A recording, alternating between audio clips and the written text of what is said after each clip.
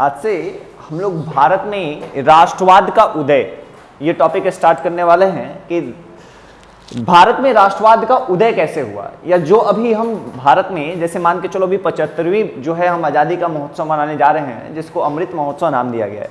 तो ये यात्रा हमने कैसे पूरी की, इस राष्ट्रवाद तक हम कैसे पहुंचे, राष्ट्रवाद का मतलब क्या होता है, राष्ट्रवाद का मतलब क्या होता है। मतलब आपसे अगर पूछा जाए कि व्हाट इज नेशनलिज्म, राष्ट्रवाद क्या है, ठीक है, तो देखो उस समय के राष्ट्रवाद और वर्तमान के राष्ट्रवाद को कंपेयर करें, उस समय अगर जिस समय राष्ट्रवाद की बात हो रही थी, ये बात 1857 के विद्रोह के बाद की है, जब भारत में एक नई क्रांति, एक नई लहर चेहरी थी, और वो थी एंटी ब्रिटिश फीलिंग। मतलब ब्रिटिश के खिलाफ एक ऐसी भावना कि सब लोगों को कनेक्ट कर रही थी। जैसे देखो उस समय पंजाब का व्यक्ति हो, राजस्थान का व्यक्ति हो, या उत्तर प्रदेश का व्यक्ति हो, ये सब अगर मिलते थे तो इन सब लोगों में एक ही कॉमन बात हुआ करती थी कि इन तीनों को एक ही ने सताया था, और वो कौन थे, अंग्रेज थे। तो अंग्रेज के मुद्दे पर बंगाल, उत्तर प्रदेश, मद्रास, बॉम्बे, ये सब एक होना शुरू होंगे, और यहीं से भारत में राष्ट्रवाद की नींव पड़ेगी। ये कैसे किसी मुद्दे पर एक हो रहे हैं। देखो राष्ट्रवाद ना किसी भी संदर्भ में अगर हम बात करें, जैसे किसी भी संदर्भ में अगर हम बात करें तो राष्ट्रवाद का मतलब क्या होता है, राष्ट्रवाद का मतलब क्या होता है। जैसे आप अगर समझते हैं तो आप समझते होंगे राष्ट्र ध्वज, राष्ट्र ध्वज, इसके सामने भी राष्ट्र लगा हुआ है, लगा है कि नहीं लगा है।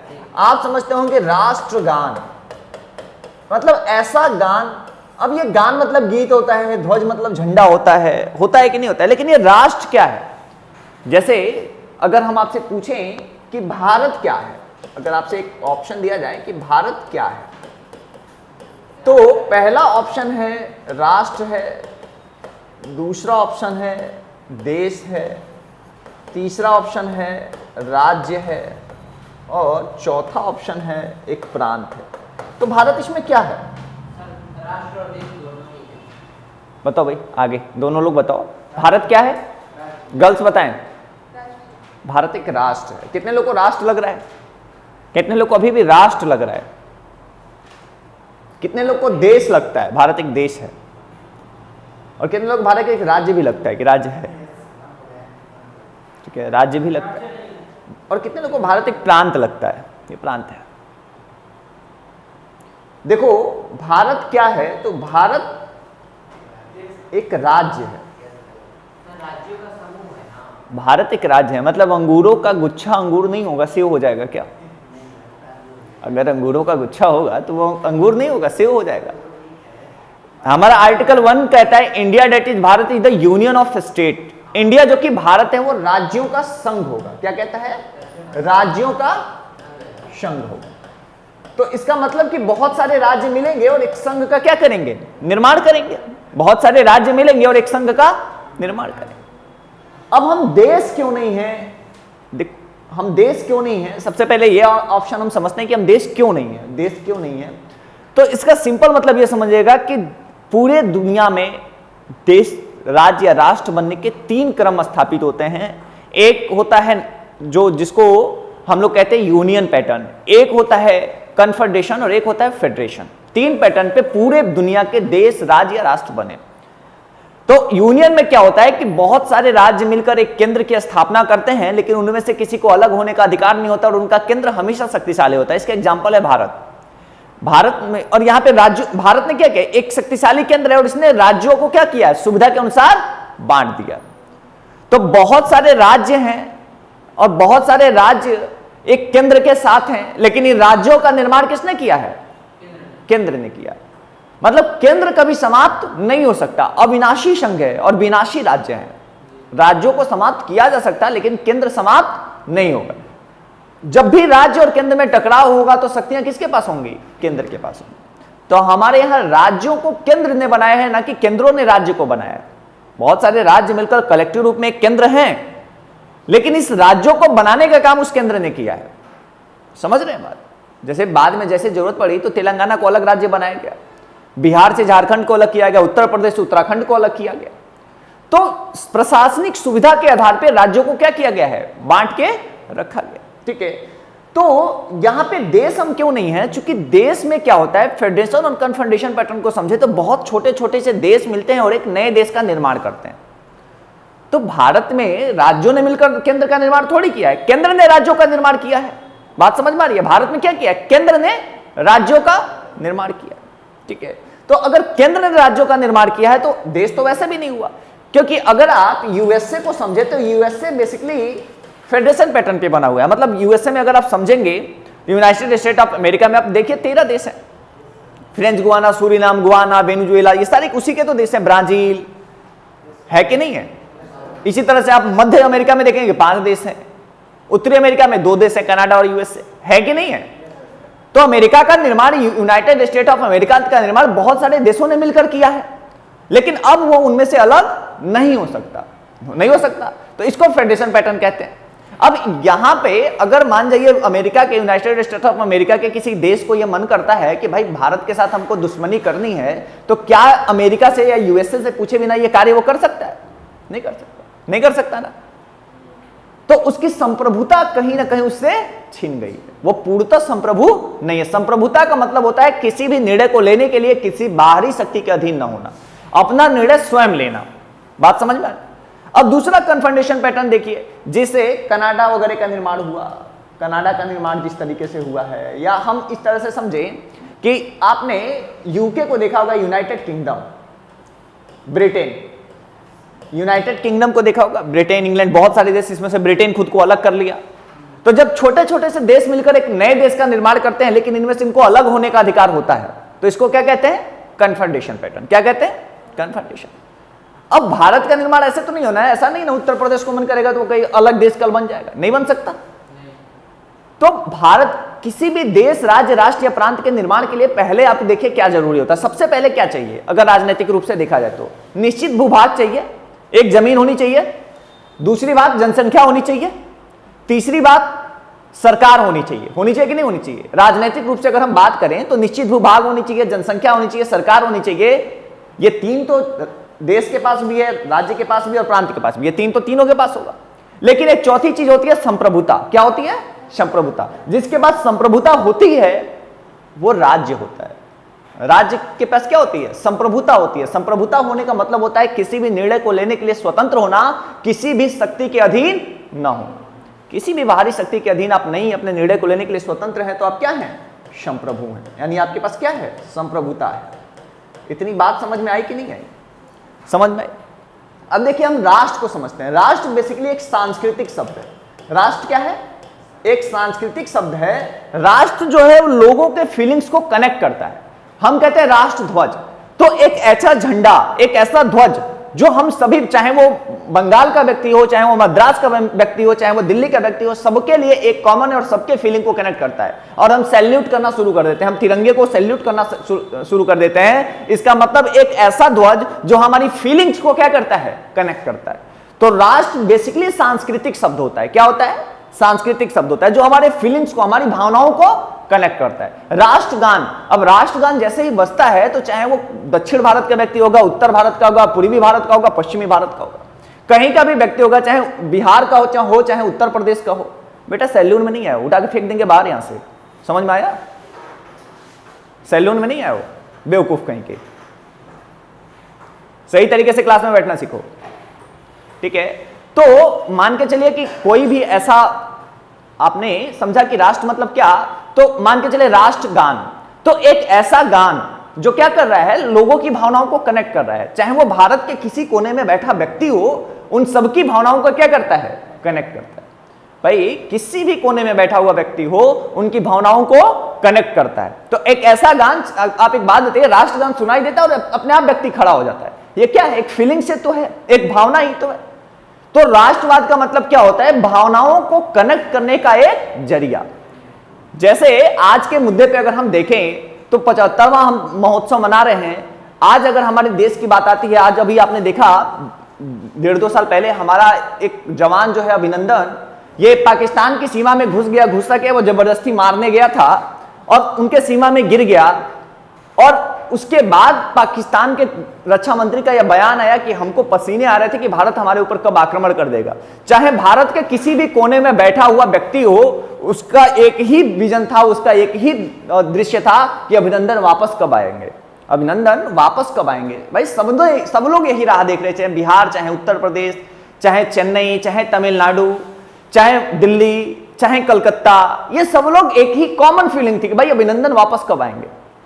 ये जो मुद्दा है इसी को हम राष्ट्रवाद कहते हैं, ये जो फीलिंग्स है इसी को हम राष्ट्रवाद कहते हैं। आज हम आजादी का 75वां महोत्सव मना रहे हैं तो हर एक घर पे तिरंगा, हर एक हाथों में तिरंगा, वो फीलिंग, जो वो तिरंगा जो हमको कनेक्ट करता है, यही क्या है? राष्ट्रवाद है। कि जहां पे हमारी भावनाएं, हमारी फीलिंग्स, ये सब कुछ क्या होती हैं? कनेक्ट होती हैं, उसी को हम राष्ट्रवाद कहते हैं। तो राष्ट्रवाद शब्द बेसिकली एक सांस्कृतिक शब्द है, एक ऐसा सांस्कृतिक शब्द जो हमारी भावनाओं को जोड़ने का काम करता है, कनेक्ट करने का काम करता है। बात समझ में आई? ठीक है। अब ये राष्ट्रवाद कैसे आया? जब देखो, जब अंग्रेजों ने 1757 में प्लासी को जीता, बक्सर को जीता, तो हम भारतीयों को इस बात से फर्क नहीं पड़ता था। भाई पैसा तुम दे रहे हो तो हम तुम्हारी ओर से लड़ने को तैयार है, अगर पैसा आप दे रहे हो तो हम तुम्हारी तरफ से लड़ रहे हैं। भारतीय सैनिकों ने ही तो अंग्रेजों का साथ दिया ना कि तुम हमको जीत लो। भाई भारतीय सैनिकों ने ही अंग्रेजों का साथ दिया कि अब क्या करिए, हमको जीत लीजिए। तो हमें इस बात से फर्क नहीं पड़ता था, हमें इस बात से फर्क नहीं पड़ता था कि हम किसका साथ दे रहे हैं। भाई बंगाल का सैनिक जो है वो मद्रास जीतने में अंग्रेजों का साथ देगा, वो मैसूर जीतने में अंग्रेजों का साथ देगा। तो ये फीलिंग नहीं थी। आज के भारत को अगर आप देखें तो चाइना या दुनिया का कोई भी देश क्या हमारे युवाओं को खरीद सकता है कि चलो तुम्हें भारत के खिलाफ युद्ध करना है? ये राष्ट्रवाद है। ये जो फीलिंग्स हम सबको कनेक्ट कर रही है कि वी आर इंडियंस, ये जो प्राउडनेस है, इसी को हम राष्ट्रवाद कहते हैं। एक ऐसी फीलिंग, एक ऐसा एंथम, एक ऐसा गाना, एक ऐसा ध्वज, एक ऐसा गीत, एक ऐसी भावना, एक ऐसा पशु जो हम सबको कनेक्ट कर दिया है कि भाई हम भारतीय हैं। आजकल बहुत कम लोग करते हैं कि हम उत्तर प्रदेशीय हैं, हम बंगाली प्रदेशी हैं, सब कहते हैं कि वी आर इंडियंस, हम भारतीय हैं। ये यात्रा ग्रेजुअली हमने तय की। पहले हम अपने भारत को समझे, मेडिवल हिस्ट्री में समझते हैं या मॉडर्न इरा के शुरू के टाइमों में समझते हैं, तो हमारा भारत कई क्षेत्रीय शक्तियों में विभाजित था। भाई मद्रास अलग लड़ रहा था, बॉम्बे अलग लड़ रहा था, सबके अपने अपने राज्य थे। मराठे अलग राज्य थे, बंगाल अलग राज्य थे, अवध अलग राज्य था। तो हम सब एक नहीं थे। अवध का सैनिक जो है बंगाल जीतने में अंग्रेजों की सहायता करने जा रहा था। लेकिन आज आप समझिए कि क्या आज ऐसी स्थिति हो सकती है कि दुनिया की कोई भी ताकत हमारे युवाओं को कितना भी पैसा देके हमारे ही देश के खिलाफ बंदूक लेके खड़ा कर ले? नहीं हो सकती, क्योंकि आज हम भावनाओं से जुड़े हुए हैं। आज हमारे अंदर एक फीलिंग्स है, आज हम कनेक्टेड हैं इस देश के प्रति, इस राष्ट्र के प्रति, यहाँ के लोगों के प्रति, यहाँ की मिट्टी के प्रति, इस भारत माता के प्रति। ये जो बोल था, ये जो ज्ञान था, ये जो भावनाएं थी, वो 18वीं 19वीं शताब्दी के प्रारंभिक दौर में नहीं थी।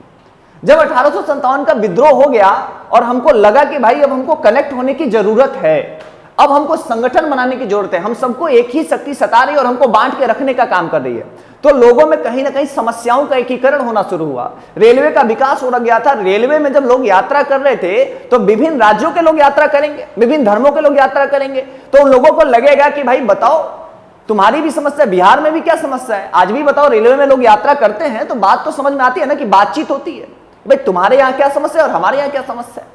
तो जब समस्याओं का एकीकरण होगा तो सब में एक कॉमन बात निकल के आएगी कि भाई हम सबको एक ही ने सताया है, और वो कौन है? अंग्रेज। तो रेलवे की एक बड़ी भूमिका होने जा रही है राष्ट्रवाद के उदय में। और जब हमको सबको एक ही ने सताया है तो एक ही फीलिंग आएगी, एंटी ब्रिटिश फीलिंग। भाई ब्रिटेन के खिलाफ एंटी फीलिंग आएगी कि नहीं आएगी? और जब ब्रिटेन के खिलाफ एक कॉमन एंटी फीलिंग आएगी तो इसी को हम राष्ट्रवाद कहेंगे कि नहीं कहेंगे? राष्ट्रवाद कहेंगे। तो देखिए ऐसा क्या था कि राष्ट्रवाद का उदय हुआ? तो राष्ट्रवाद के उदय में सबसे बड़ा कारण था, जब भी हित टकराते हैं, जब भी दो लोगों का इंटरेस्ट टकराता है, जैसे भारतीयों के हित अंग्रेजों के हितों से जब टकराएंगे, तो यहां पे जब हमारे भारतीय हितों को तवज्जो नहीं दी जाएगी। भाई एक बात बताओ, हम कितने भी एलीट क्लास में चले जाएं, लेकिन हम फर्स्ट क्लास में यात्रा नहीं कर सकते थे, हम बड़े होटलों में रह नहीं सकते थे, हम कभी उच्च पदों पे बैठ नहीं सकते थे, हमारे उद्योगों को, हमारे लोगों को आप समर्थन नहीं दे रहे थे, हमारी योग्यता को आप दबा रहे थे। तो यहां पे धीरे धीरे भारत और ब्रिटेन के हित आपस में टकरा रहे थे। भाई ब्रिटेन खुद को तवज्जो दे रहा था, तो हम भारतीय लोग इकट्ठे होंगे ना कि भाई तुम अंग्रेजों में ऐसा क्या खास है, तुम अंग्रेजों में ऐसा क्या खास है कि तुम जो है आज हमसे आगे हो गए। तो ये बात भारतीय और अंग्रेजों के हित टकराएंगे, और जब भी हित टकराएंगे तो एंटी ब्रिटिश फीलिंग डेवलप हो जाएगी और राष्ट्रवाद यहां भी आएगा। उसके बाद अगर देखें तो सामाजिक धार्मिक सुधार आंदोलनों की वजह से, चाहे विवेकानंद आए, चाहे दयानंद सरस्वती आए, चाहे राम मोहन राय आए, इन लोगों ने कहीं ना कहीं स्वराज शब्द को लोकप्रिय बनाया। कहीं ना कहीं वी आर इंडियंस, हम ग्रेट भारतीय हैं, हमारी प्राचीनता महान रही है, हमारा प्राचीन महान रहा है, हमारी सभ्यता महान रही है, हमारी संस्कृति महान रही है, ऐसी भावना को कहीं ना कहीं विवेकानंद, दयानंद सरस्वती ने बढ़ाने का काम किया कि भाई हम किसी मामले में तुमसे कम तो नहीं है। और जब ये बात लोगों को समझ में आएगी कि भाई ऐसा नहीं है अंग्रेजों से हम कम हैं, इनसे हम कई मामलों में बहुत आगे, और हमारा प्राचीन, हमारा अतीत तो बहुत ज्यादा आगे रहा है, तो ये बात भी राष्ट्रवाद के कारण बनेगी कि भाई जब हम फील करेंगे कि भाई हम तुमसे कम कहां है, तुम तो हमको बांट के रखे हुए, वानी हमारी सभ्यता, हमारी संस्कृति, और हम तो तुमसे बहुत आगे, तो ये भी कहीं ना कहीं राष्ट्रवाद का कारण बनेगी। उसी तरह आधुनिक शिक्षा का जब प्रसार होगा, जब समानता, स्वतंत्रता, बंधुत्व, ये सारी भावनाएं भारत में आएंगी, तो जब आधुनिक शिक्षा का प्रसार होगा तो आधुनिक शिक्षा के साथ साथ विचार भी लोगों में आएंगे, और जब शिक्षा बढ़ेगी तो लोगों में ज्ञान बढ़ेगा, लोगों में समझ बढ़ेगी, लोगों में भावनाएं बढ़ेंगी कि भाई ऐसी ऐसी बातें हो रही हैं, तो वो लोग समझेंगे ना कि अंग्रेज कर क्या रहे हैं, तब वो लोगों को जागरूक करेंगे और लोगों की भावनाएं इकट्ठी होंगी, और यहां से भी राष्ट्रवाद की शुरुआत होगी। तो आधुनिक शिक्षा ने भी राष्ट्रवाद में एक महत्वपूर्ण भूमिका निभाई, राष्ट्रवाद को उदय में एक महत्वपूर्ण भूमिका निभाई। इसी तरह प्रेस को देखें, भाई प्रेस क्या करता है, समस्याओं को लिखता है। प्रेस क्या करता है, समस्याओं को लिखता है। अब जब वो समस्याओं को लिखेंगे, उस समय के पत्रकारिता जो होंगी, समस्याओं को लिखेंगे, तो हर राज्य की, हर जगह की समस्याएं खुलकर बाहर आएंगी। प्रेस के माध्यम से लोग जागृत करने का काम, लोगों में कहीं ना कहीं एक ऐसी फीलिंग लाने का काम करेंगे कि भाई देखो हमको एक होना जरूरी है।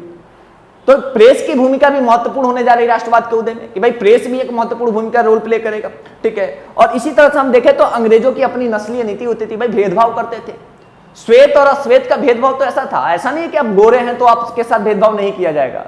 श्वेत अश्वेत का मतलब ही था कि अंग्रेज वर्सेस अदर्स, ऐसा नहीं आप भारतीय हैं और गोरे हैं तो आपके साथ भेदभाव नहीं किया जाएगा, सांवले और काले हैं तो भेदभाव किया जाएगा, ऐसा नहीं होता था।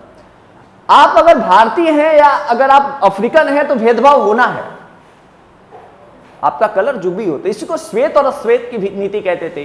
भाई वो भारतीयों के साथ कैसा व्यवहार करते थे, तो छुआछूत का व्यवहार, भाई तुम हमको आने नहीं दोगे, क्या लिखे होते हैं, डॉग्स एंड नॉट अलाउड, कुत्ते और भारतीय अलाउड नहीं है, ठीक है। कुत्ते और भारतीय मतलब हमारे साथ जानवरों जैसा सलूक। तो ये कहीं ना कहीं एंटी ब्रिटिश फीलिंग डेवलप होगी कि नहीं होगी, होगी। और यहीं से भारत में राष्ट्रवाद की शुरुआत होती है, यहीं से भारत में राष्ट्रवाद बेसिकली शुरू होता है। क्लियर है, ठीक है। अब लिख लिया जाए कि भारत में राष्ट्रवाद के उद्भव के क्या कारण थे, लिखना शुरू करिए।